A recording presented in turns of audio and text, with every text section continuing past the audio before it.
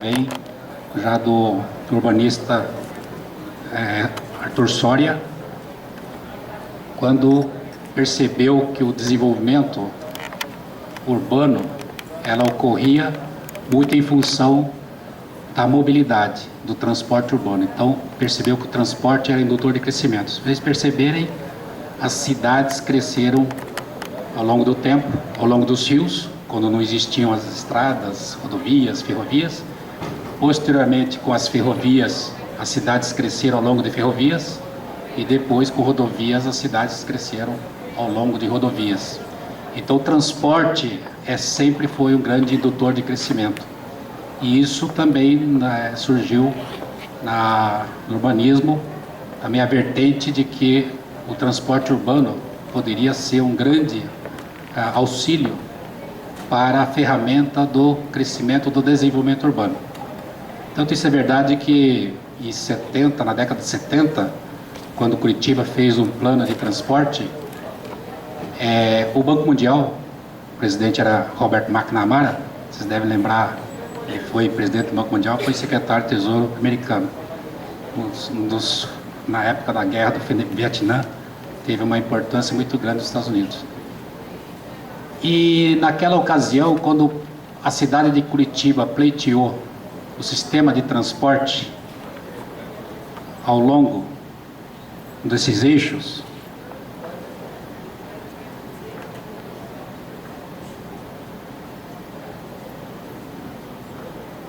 estou me batendo aqui, tá? Você vê o plano de transporte urbano sobre canaletas. Em 74 foi o primeiro eixo que usou o transporte urbano exclusivo, prioritário, para promover o desenvolvimento urbano. O que acontece nas cidades? As cidades correm atrás dos loteadores, e os loteadores se beneficiam da infraestrutura que o serviço público leva a esses loteamentos. E aqui se percebeu que o poder público tinha que se antecipar, direcionar a cidade para onde ele quer que cresça e levar daí o transporte como indutor de crescimento. E ali sim, fazer a infraestrutura que direcionar para onde a cidade quer crescer, né? Então aqui é o modelo de 74. Hoje, 74, nós estamos com 40 anos depois quase, hoje se fala em BRT. Todo mundo, BRT, a Colômbia com Bogotá, com Transmilênio, as faixas exclusivas para transporte. Você vê a ideia, já 40 anos atrás se implantou o transporte como grande indutor de crescimento, e aí é fundamental, junto com o transporte, você vê que o transporte é só um instrumento, né? Junto com o transporte, você vê a importância do uso do solo, do sistema fiário, que promove ao mesmo tempo desenvolvimento econômico, desenvolvimento social e uma outra questão fundamental, o meio ambiente. Muita gente não associa a questão do meio ambiente com nada disso, nem com o uso do solo, nem com o transporte, mas elas estão intrinsecamente ligadas. Na década de 70, o prefeito Jaime, na época, quis criar as áreas ao longo do rio, foi o Rio Barigui, algumas áreas de contenção de cheias, criando parques de retenção nos rios. E naquela década, se vocês se lembrarem, para quem estudou, né? Tem gente que nem tinha nascido ainda, mas naquela época o DNOS tinha uma política de retificação dos grandes rios, tanto que foi feito, né, do Tietê, tanto o Rio Iguaçu foi retificado, várias capitais, várias cidades, grandes metrópoles retificaram os rios. E na época o prefeito não queria retificar o rio e criou um parque chamado Parque Barigui, um dos mais antigos de Curitiba, com função de conter cheias e enchentes. Ele foi buscar o recurso no Ministério do Saneamento, lá naquela época, Ministério do Interior, e recebeu a resposta: não tem dinheiro para esse tipo de coisa. Isso daí é lazer, Então, fazer parque, fazer áreas verdes, proteger, é lazer. E a gente não tem dinheiro para lazer. É para fazer o saneamento, a retificação. Então, tivemos que usar o mecanismo do parque como um projeto de saneamento, para você ver como é que se tratava a questão da preservação ambiental. Tá? Naquela época era como se fosse, não, isso daí é supérfluo na cidade.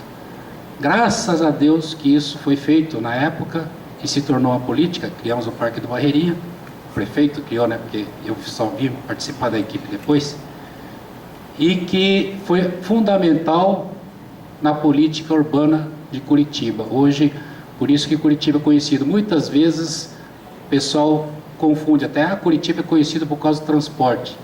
Não, Curitiba não é conhecida por causa só do transporte. É por causa desse tripé. Transporte, o uso do solo, o sistema viário é uma consequência, né, de tudo isso. E aquilo que vem junto com esse tripé, que é o desenvolvimento econômico, meio ambiente e social.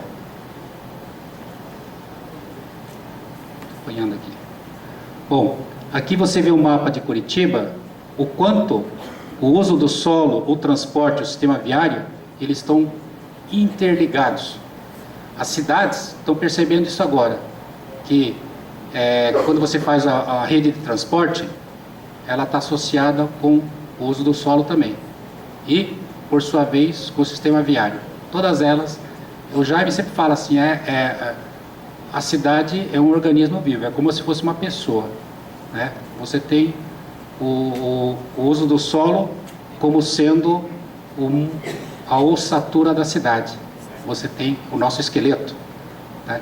Aí você tem o transporte coletivo como sendo nossos músculos para essa ossatura em pé. E você tem o sistema viário, que é a circulação de todas as veias do sangue, que promove uma circulação no corpo inteiro. Então tem que trabalhar em conjunto. Uma coisa não se dissocia da outra. Então é como se fosse um corpo humano. É natural quando vocês pegam um mapa de uma cidade que não tem um planejamento coerente, você vê que lá o uso do solo é completamente dissociado do transporte. Então ele faz lá um loteamento e não tem o transporte coletivo.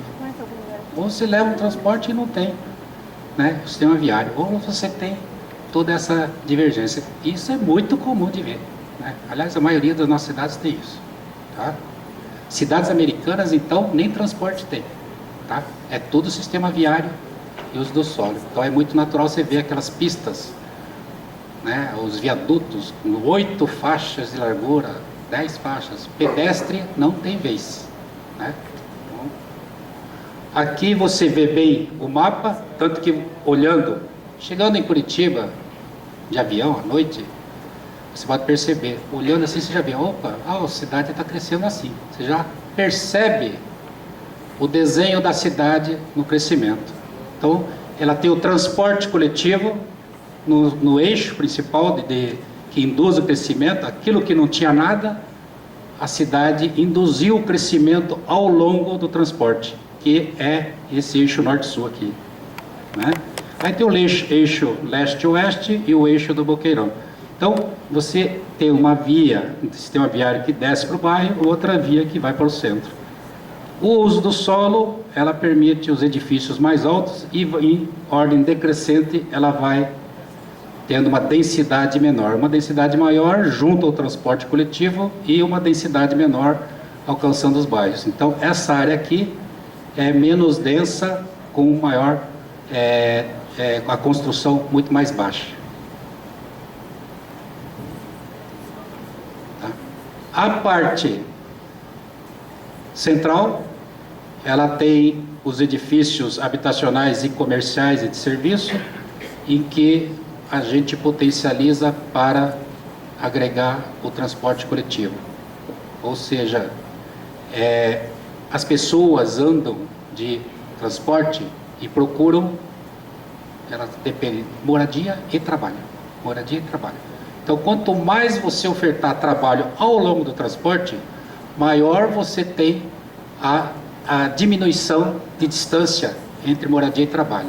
Ou seja, eu moro num prédio, vejo uma atividade comercial surgindo, vou solicitar um emprego e diminuo a minha distância. Se antes eu tinha emprego só no centro, agora eu tenho emprego ao longo de todo o caminho. Um trabalho do Amory Lovins é que ele escreveu do Hipercar, né, de tecnologia limpa, aquele que apareceu no Fantástico, com o carro que você era elétrico e saía água quente, ele tomava um chazinho no escapamento. Então ele foi a Curitiba e ele ficou impressionado pelo seguinte: ele tinha um trabalho sobre o metrô de Washington, e que o transporte do metrô de Washington, na área do terminal, tinha um acréscimo de 30% das atividades comerciais e dos empregos. Aí ele estava com uma tese de que o transporte fazia uma indução de uma atividade comercial e que era saudável para aquele ponto comercial.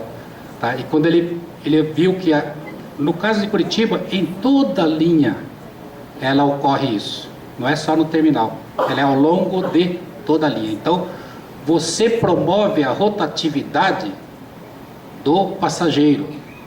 Se antes eu tenho um passageiro que mora ali na ponta e trabalha aqui, ao surgir vários comércios, esse passageiro que mora lá pode trabalhar uma distância menor.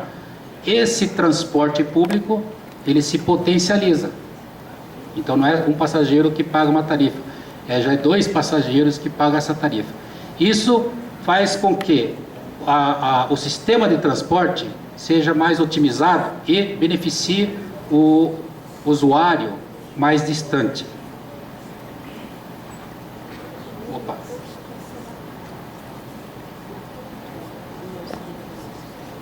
Estou penando aqui.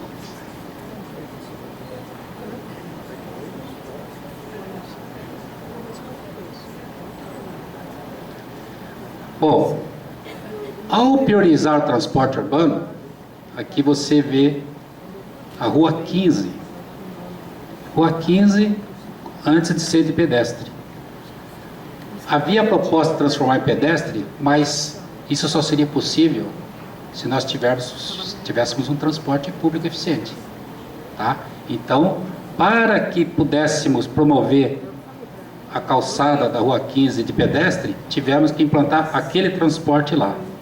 Então, quando você tira o automóvel da rua, evidentemente você pode trazer um ganho, um conforto ambiental, o paisagismo, a arborização, você ganha a rua para o cidadão, para o pedestre.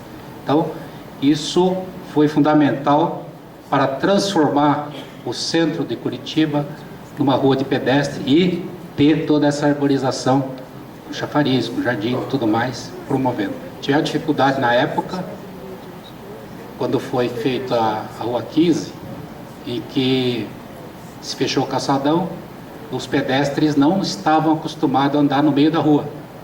Então ninguém andava aqui no meio da rua, inclusive eu, porque eu tinha vindo nessa época em Curitiba, 72, e eu estranhava ver aquele calçadão no meio da rua, né? Então a solução da prefeitura foi criar as mesinhas dos bares junto à calçada e as bancas de revista, para que o pedestre desviasse e fosse para o meio, né? E andasse no meio da rua. Você vê, a solução no fim foi boa, porque os barzinhos gostaram e até ficou bom o ambiente e criou-se daí no meio. Lógico que existe problema de segurança, os bombeiros exigem uma faixa para a circulação dos caminhões, e questão de segurança, né? E o transporte público, evidente, vai evoluindo, e a gente tem que incorporar esse ganho ambiental, também um ganho de operacional, na questão da arborização. Até é fundamental que, quando você coloca um ônibus comum, um ônibus articulado, um biarticulado, ele está hoje com 27 metros de comprimento.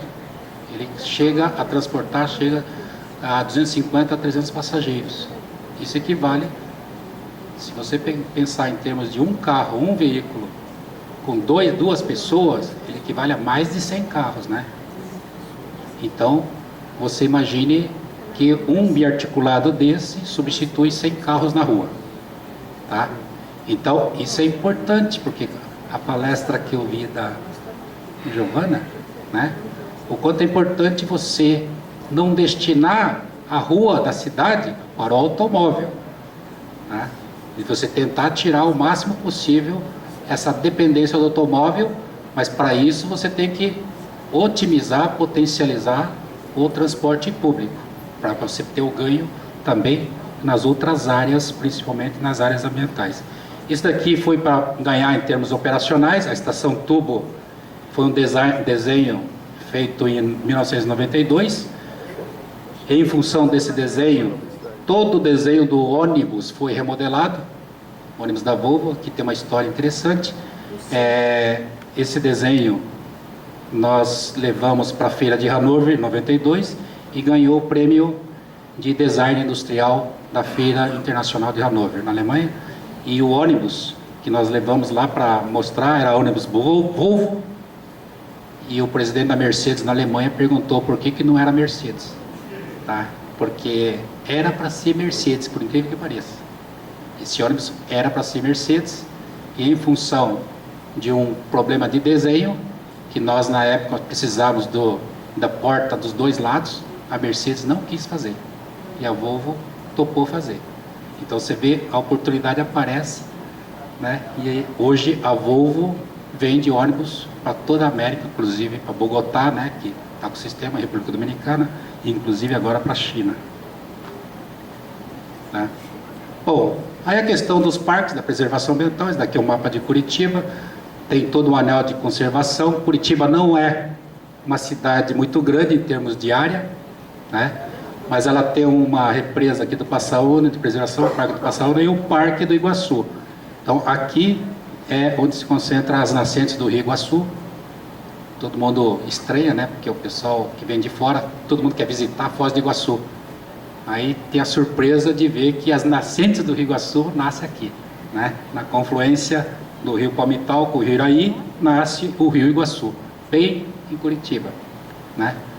E esse parque todo aqui é um parque que foi instituído em 74, se não me engano, e a gente está construindo paulatinamente, prosseguindo aos poucos, implantando, né?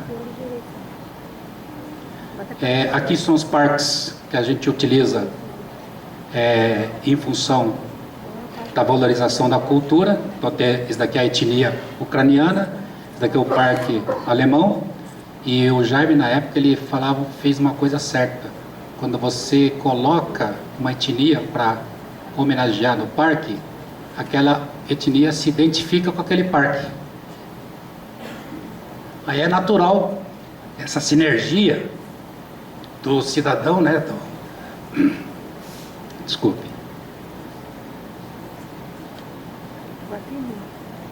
Daquela cultura com aquele parque.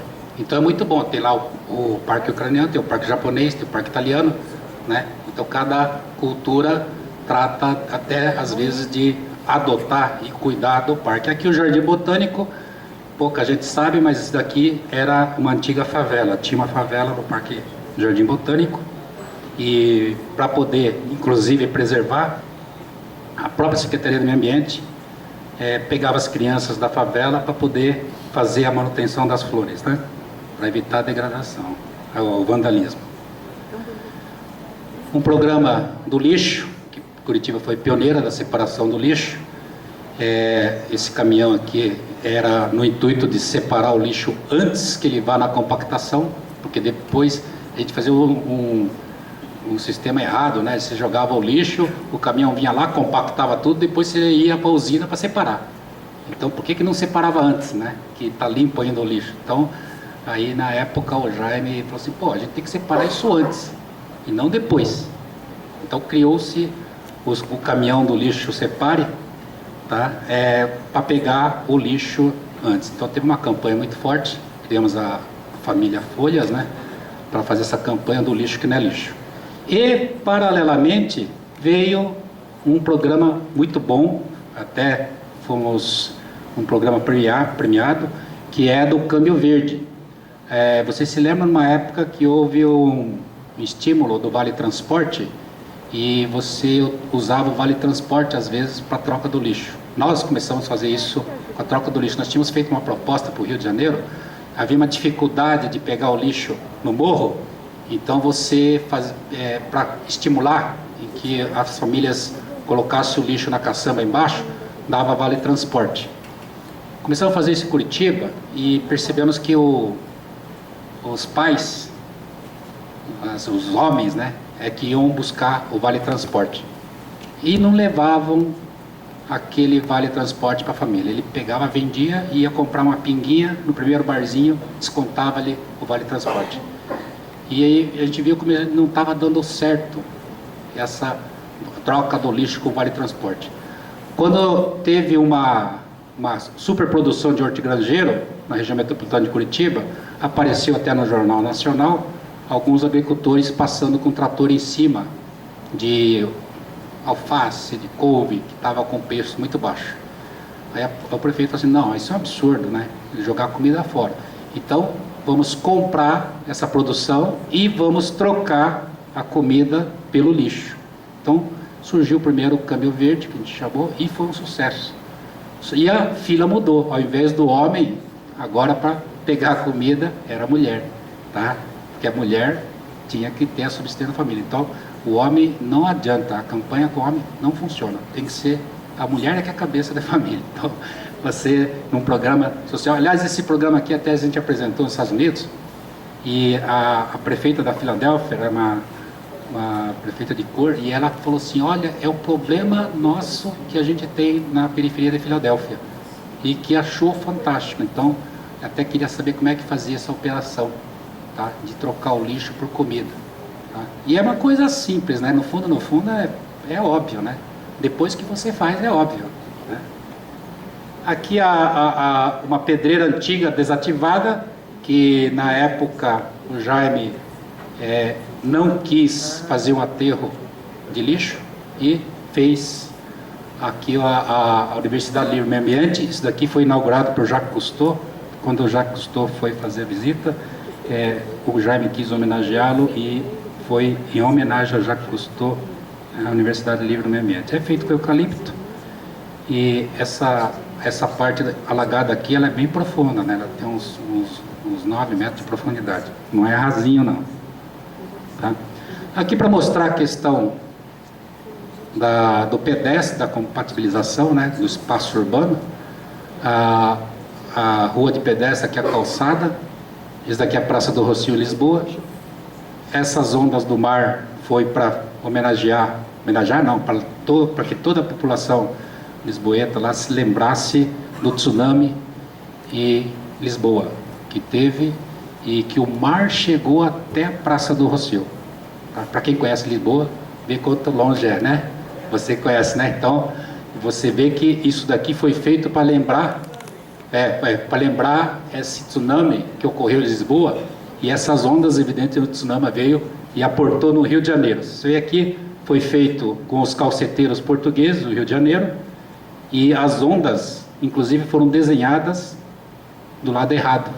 Você vê, e aqui o mapa, a fotografia, as ondas estão assim e o desenho está transversal, né? Depois eles corrigiram e refizeram as ondas do lado do mar. Essa é a história para lembrar que até Curitiba tem as ondas do mar, né? E não tem mar. Mas tinha os calceteiros portugueses. Tá?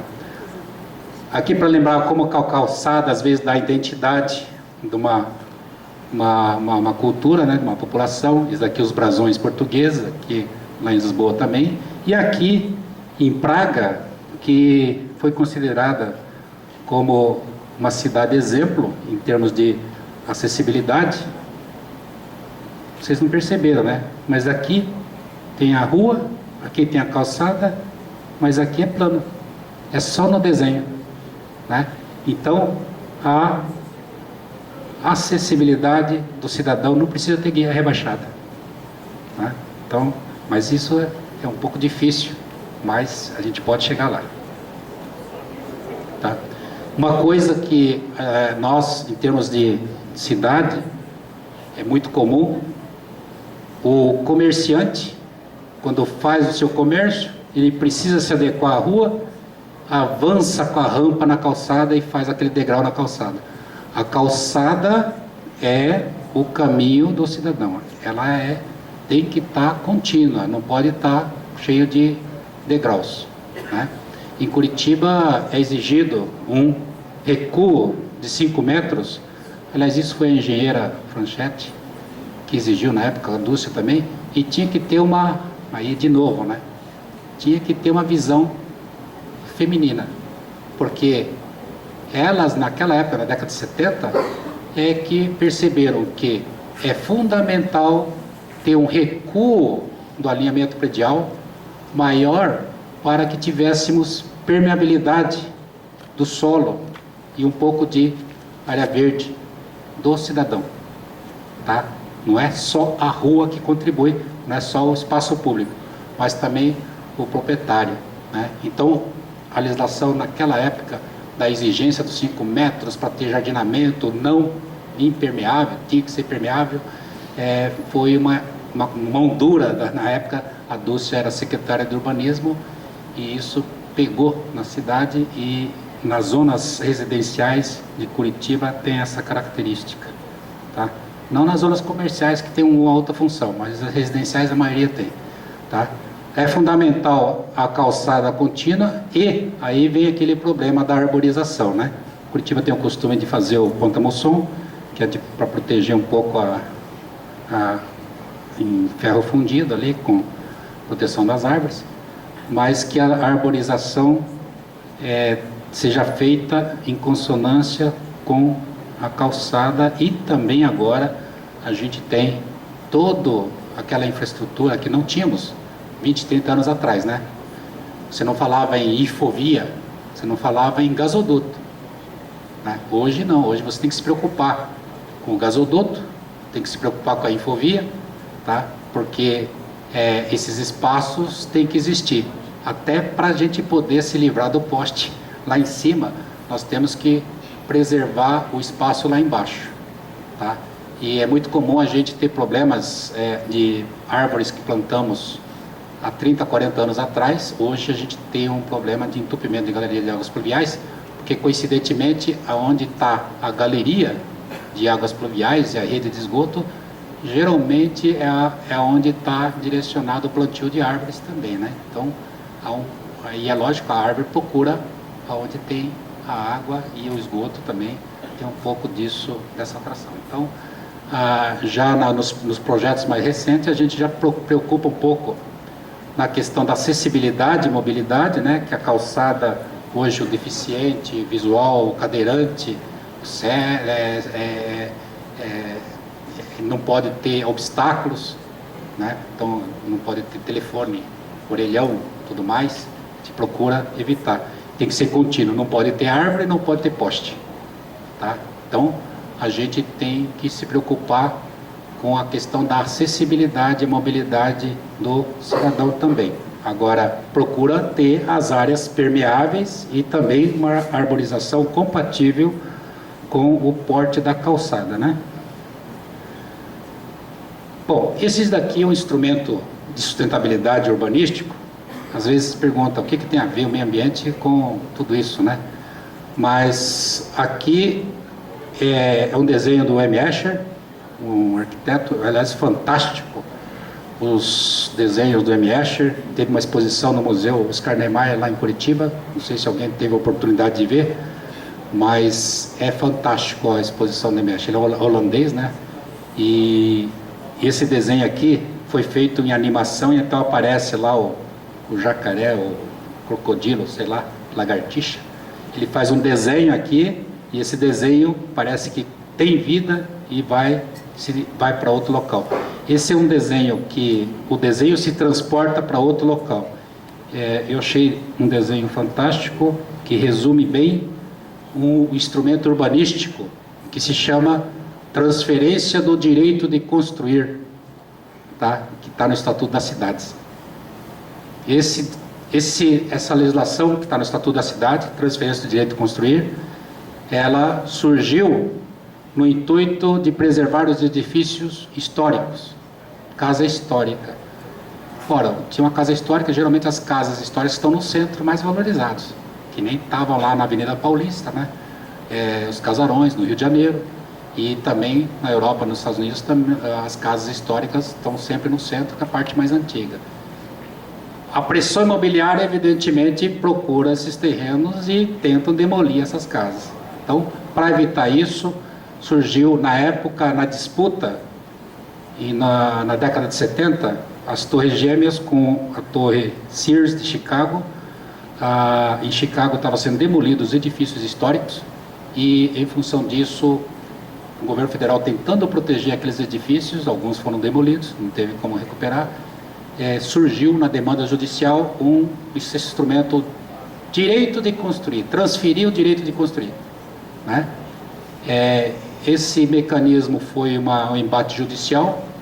Um advogado que participou dessa discussão, em 79, 80 mais ou menos, ele esteve em Curitiba para fazer uma palestra, e a convite do Alan Jacobs, um urbanista, que fez o plano urbanístico de São Francisco, e ele falando sobre como é que funcionava essa transferência do direito de construir.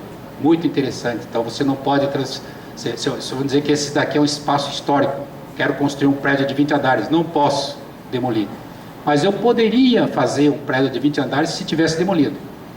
Então, para eu não demolir, a prefeitura concede a mim, que sou o proprietário, o direito de, preservando esse espaço, transferir esse direito de construir 20 prédios para outros que queiram construir acima da legislação. Então, eles vão me procurar para poder construir e eu vou vender. Então, eu não saio perdendo, a municipalidade não sai perdendo e quem quer construir também não sai perdendo. Então, esse direito surgiu, e quando foi explicado, o Jaime entendeu muito bem e foi muito esperto. Surgiu a primeira lei, em 1982, preservação de imóveis de valor histórico, o direito de transferência de construção. Tá? Todo mundo pensa que é recente com o Estatuto da Cidade, né? Surgiu em 2001. Não, isso aí é 1982. Você vê quanto tempo demorou para ser incorporado ao Estatuto da Cidade. Então, ela permite uma autorização acima dos limites previstos, desde que o proprietário se comprometa a preservar. E o que isso tem a ver com o meio ambiente e com a arborização urbana? Pois você vai ver aqui na frente.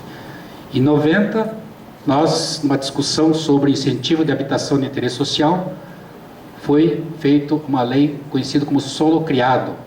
A gente não sabia se isso ia dar certo. Então fizemos uma lei com prazo de validade para experimento. Quando começou a dar certo, disse, opa, isso dá certo. Então transformamos numa coisa definitiva, que foi a Lei 91. Hoje é conhecido como aquelas leis de incentivo das leis, né? Que você dá para o Fundo Municipal de Habitação, outorga onerosa. Tá? E esse mecanismo de 82, por preservação de casas históricas, e em 90, 91, o incentivo para habitação popular.